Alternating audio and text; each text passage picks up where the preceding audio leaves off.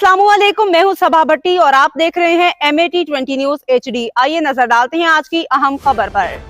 खबर शामिल करते हैं चिन्योट से ब्यूरो चीफ मुख्तार अहमद अंसारी की रिपोर्ट के मुताबिक पंजाब फूड अथॉरिटी चिन्योट की फूड सेफ्टी टीम सेहत दुश्मन अनासिर के खिलाफ मुतहरिक सीवरेज के पानी से उगाई जाने वाली सब्जियां इंसानी सेहत की खुली दुश्मन जो कि मैदे के संगीन मसाइल के साथ साथ कैंसर का सबब भी बन सकती हैं। फूड सेफ्टी टीम की डिप्टी डायरेक्टर ऑपरेशन की सरबराही में एक बार फिर चिन्योट के नवाही इलाके में सीवरेज के पानी से काश्त की जाने वाली सब्जियों के खिलाफ बड़ी कार्रवाई 7.5 एकड़ रकबे पर मौजूद प्याज, लहसुन, कद्दू, मिर्च, टमाटर और तूरी की फसलें जो कि गंदे पानी से काश्त की गई थी, इन्हें हलाकर तलफ कर दिया गया। अलावा इसी शहर के दाखिली और खारजी मुकामात पर नाकाबंदी करके 50 से ज़ायद दूध बरादर गाड़ियों की जदीद लेप्टोस्कैन मशीन से चेकिंग, दूध की नाकिस क्वालिटी की वजह से 30,000 रुपये के जुर्माने आए। Deputy director operation doctor Mohammad Qasim Raza की सरबराही में फूड सेफ्टी टीमों ने शहर भर में 75 से ज़ायद फूड बिजनेस का मुआयना किया। मुतअद्दिद फूड सेफ्टी पॉइंट्स को मज़ीद बेहतरी के लिए